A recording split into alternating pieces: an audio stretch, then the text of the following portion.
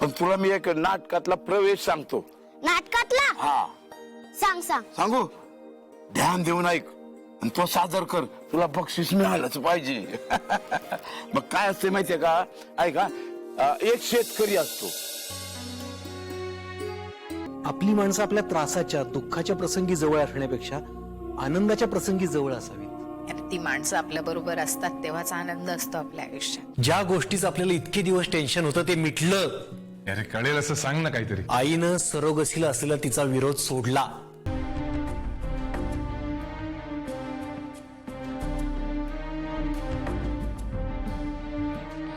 चिऊ, काय झालं? आज्या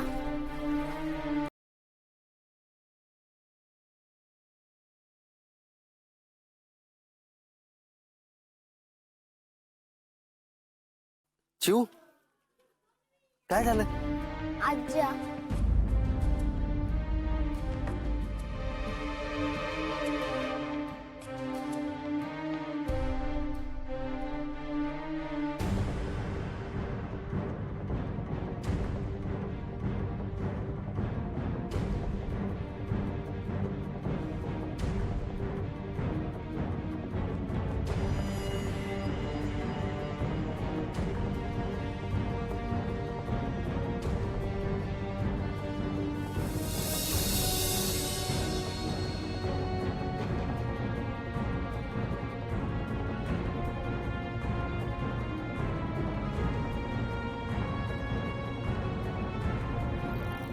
अगं आजी येईलच ना, तू सुरू कर तोपर्यंत. हा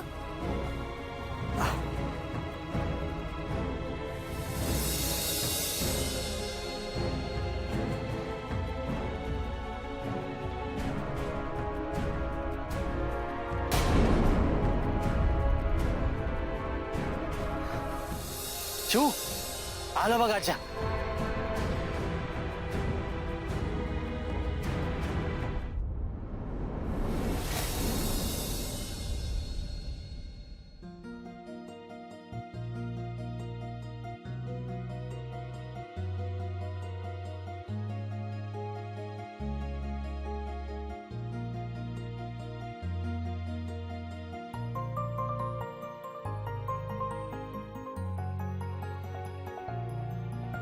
आज मी आपल्याला शेतकऱ्याचे मनोगत सांगत आहे, तरी मी आपणा सर्वांना विनंती करते की तुम्ही शांत चित्ताने ऐकावे. राम राम पाहुणं, ओळखलत का मला? अहो मी सखाराम. त्या कुंभाराळीच्या घरामागच माझं शेत आणि शेतामध्येच माझी झोपडी. आता तरी ओळखलत का? माझी बायको पार्वती, तिला तुम्ही ओळखलंच असणार. अहो माझी बायको पार्वती दिवसभर शेतामध्ये काबाड कष्ट करती, काड्या जमा करती आणि रात्री स्वयंपाक करती. तिची सुंदरता चेहऱ्यात नाही हो, काबाड कष्टात आहे. म्हणून लक्ष गेलं ना संकुनाचं. पण एक सांगतो, माझ्या त्या झोपडीत इतकी वर्ष संसार केला हो मी. 2 पोरं लहानाची मोठी केली, पण आता अवघड झालंय हो सगळं. रडकुंडीला जीव येतो. एकीकडे निसर्गानं पाठ फिरवली, दुसरीकडे सरकारनं.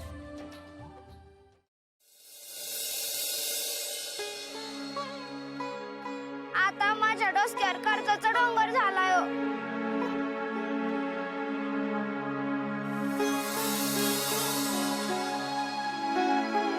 आता आत्महत्येशिवाय दुसरा पर्याय नाही हो माझ्या पुढं.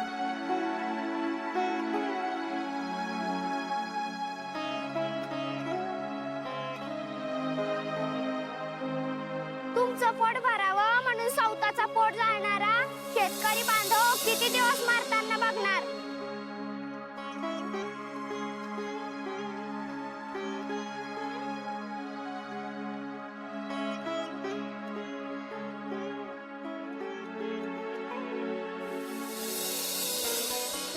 पोरं मोठी केली खरी,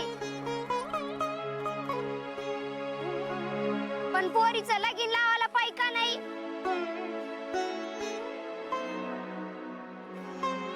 बायकोचं आजारपण सारखं मी म्हणतय. आता माझ्या समोर बी आत्महत्याचाच पर्याय बाकी राहतो.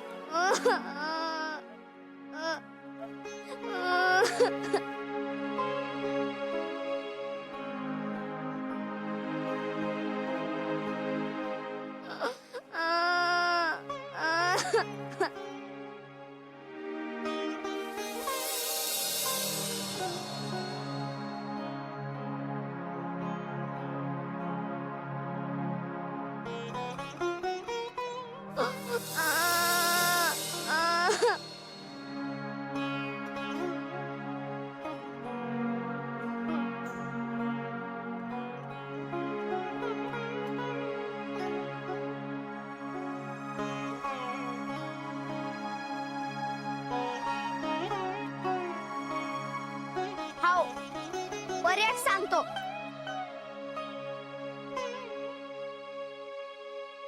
पण माझ्या डोसक्यात हा बी विचार येतो, आत्महत्या करून प्रश्न सुटणार आहे का? मी आत्महत्या करणार नाही आणि गावात कुणाला बी आत्महत्या करू देणार नाही.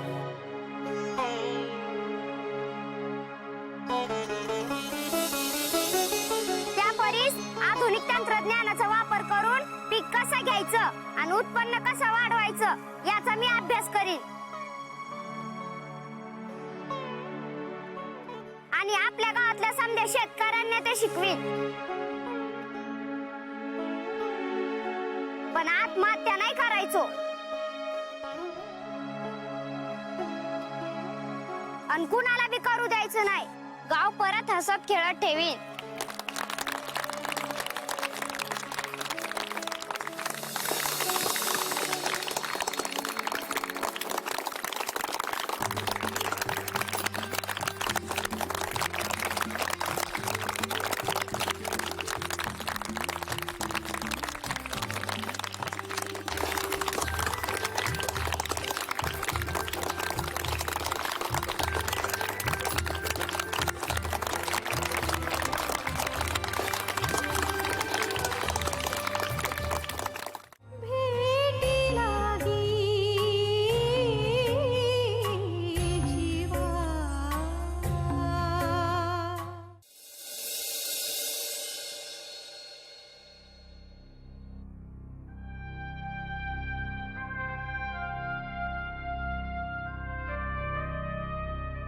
पाणी आणू का? नाही नको रे. अच्छा ऐक ना, मला तुझ्याशी एका महत्वाच्या विषयावर बोलायचंय. बोल. मितालीच्या सरोगसीला विरोध करणाऱ्या आईने आता विरोध करायचं सोडून दिलंय. काय? आईनी विरोध करायचा सोडून दिलाय? म्हणजे तुला असं म्हणायचंय की आईनी मान्य केलंय? दॅट्स अ ग्रेट न्यूज अमे. I am so happy. पण ही सगळी जादू झाली कशी? येस हू? अनुताई. करेक्ट आहेस तू. त्यांचीच जादू आहे सगळी. सॉलिड आहेत त्या.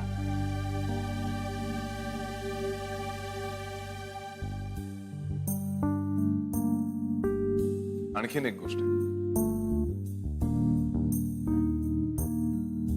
आज्या बबन्या आणि अनुसयाबरोबर तडकाफडकी गावी निघून गेला.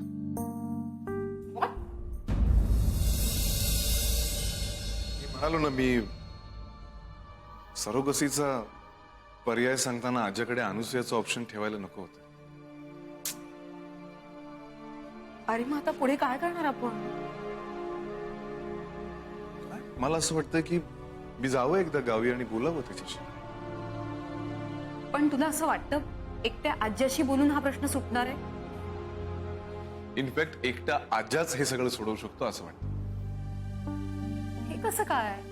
हे बघ, आता आईचं विरोध असतं तर तिने म्यान करून झालेलंच आहे. राहिला फक्त आज्या.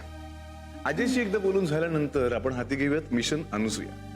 आणि मिशन अनुसूया एकदा सक्सेसफुल झालं की झालंच सगळं. वा, छान आहे कल्पना.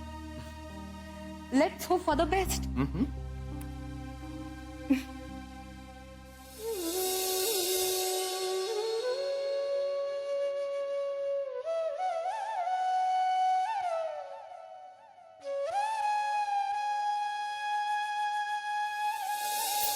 अरे शाम्या, आमचा आज्या आहे तो आज्या. अशक्य शक्य करून दाखविला असा. विठ्ठल विठ्ठल. आता मात्र हे जास्त होतंय बरं का. अरे बाबानो, आजचा दिवस चिवचाच होता आणि मी तो सांगतो ना तेच सगळ्यांना सांगत असतोय. माझं काय बी नसतंय, हे सगळं आहे ना माऊलीच आहे बघा. हा तुमचा मोठेपणा आहे आज्या. आपण ते आज्यानं जे शिकवलं होतं ना तेच तिनं बरोबर सादर केलं. पण या सगळ्यात एका महत्वाच्या कारणासाठी विशेष कौतुक करावं, त्या आज्या तुमचं. आता आज्याचं कौतिक ते कशा पाई? हा, आज्यानं सुचवलेल्या विषयाबद्दल. आज्या शेतकऱ्याबद्दल सगळेच बोलतात, लिहितात, पण तुम्ही शेतकऱ्यांची जी पॉझिटिव्ह बाजू दाखवली ना, खरंच गैवरून आलो होतं तेव्हा. अरे शाम्या, आमचा आजाबी म्हणजे एका टायमाचा हाडाचा शेतकरी आहे. आणि मातीतल्या माणसालाच कळत रे मातीतल्या माणसाचं दुःख काय. आज्या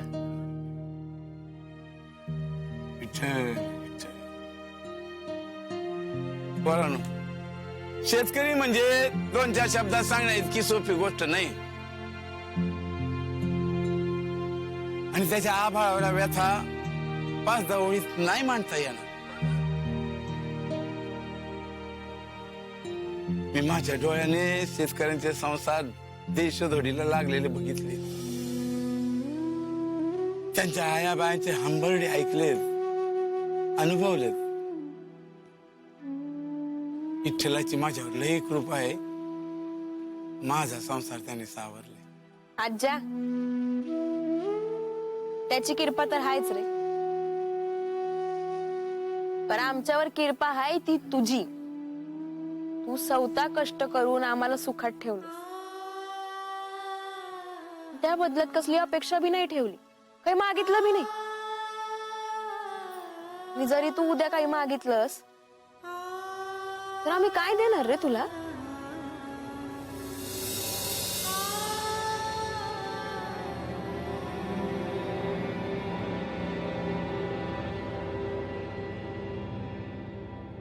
मी जेव्हा परत येईन ना तेव्हा मला नातवाचं नाहीतर नातीचं तोंड बघायला मिळालं पाहिजे.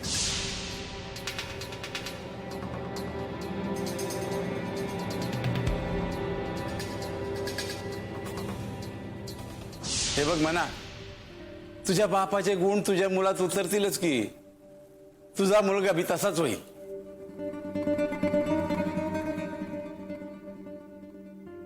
आज्या, मुळात भविष्यात मला मुलगा असेल ना रे. अरे येडा का कुळा तू, मूल होणार. अख्खी कबड्डीची टीम होईल बघ तुला. आज्या, आणि मग माझ्या विठू सारखा तू बी होशील लेकरूवाळा. एक कडेवर, एक हाताला आणि 2-4 पाठी मागणं.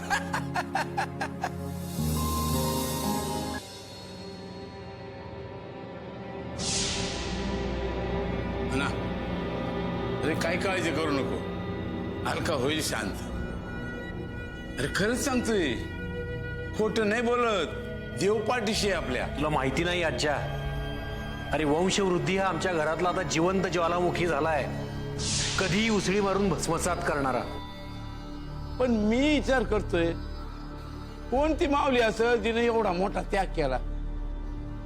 कसं आहे ना आजा, सरोगसीच्या केसमध्ये सरोगेट मदर कोण आहे हे त्या बाळाच्या आई बापाला कळूच दिलं जात. म्हणजे ऑप्शनल असतं खरं तर ते, पण मेडिकल एथिक्स म्हणून काही गोपनीयता पाळाव्या लागतात.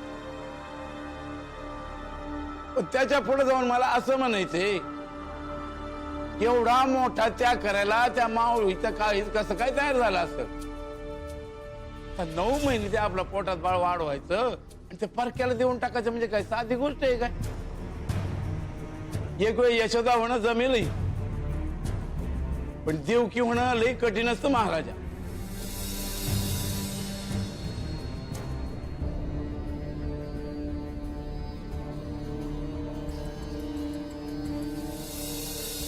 हे बघ, आपल्याला रादर आम्हाला आता तुमच्यासाठी सेरोगेट मदर शोधावीच लागणार आहे.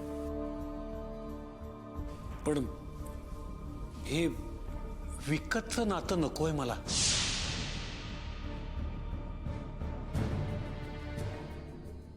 काय राहिलंय सांग ना. मी तुला एका संकटातून बाहेर काढतोय, तो वरती दुसऱ्या संकटात अडकते. तिकडे आई एकटी पडलीय, तिला आधार नाही देऊ शकत मी. किती प्रयत्न करतोय पण अडचणी वाढतच चालल्यात आणि परिस्थिती व्यवस्थित होण्याची काहीही चिन्ह दिसत नाहीत. फुकट आहे रे सगळं, फुकट आहे सगळं.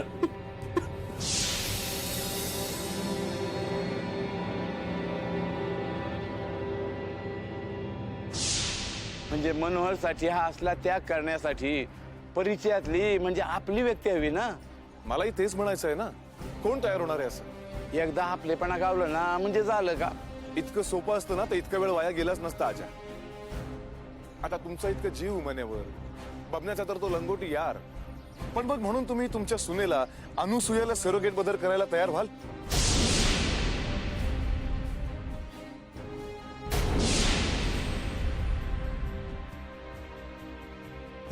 अच्छा, अंशे काही नको दिवस मावली.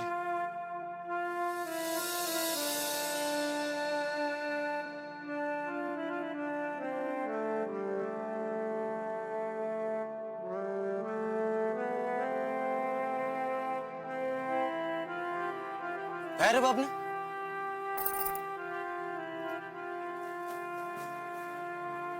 काही कळना झालंय बघ.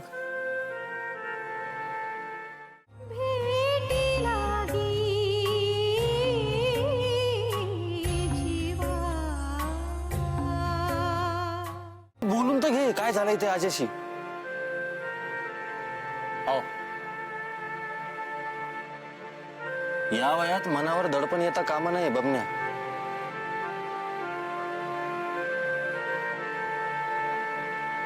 म्हातारा माणूस आहे आणि त्याला हसत खेळत राहायची सवय आहे.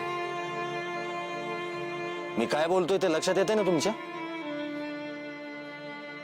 काळजी घ्या. येतो मी.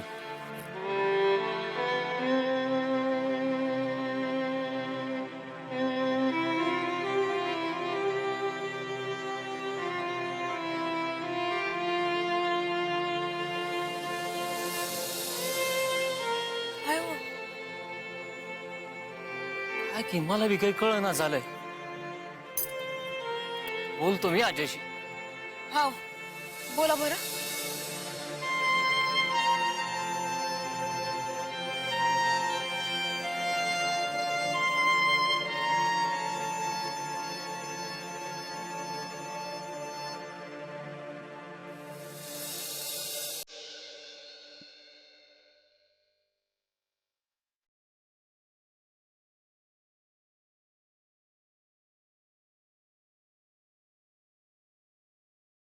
मनोहरच्या आयुष्यातला हा प्रश्न खरंच कधी सुटणार आहे? मितालीच्या आयुष्यातली ही बेचैनी कधी संपेल? या वेळेला प्रयत्न करताना खरंच आतून खूप पॉझिटिव्ह वाटतंय. आजीशी बोलताना मी पटकन अनुसयाचं नाव घेतलं त्यावेळेला मला ते अयोग्य वाटलं. पण आता असंही डोक्यात येऊन जात आहे की खरंच जर अनुसया तयार झाली तर यासाठी मला स्वतःलाच प्रयत्न करावे लागतील. पुन्हा एकदा आजीशी बोलायला लागेल. गावी जाऊन बाबण्याशी सुद्धा बोललं पाहिजे. आज्यांच्याच संस्कारात लहानाचा मोठा झालाय तो. कदाचित त्यालाही माझं म्हणणं पटेल आणि तोही तयार होईल अनुसयाशी बोलायला. यासाठी आधी गावी जायला हवं.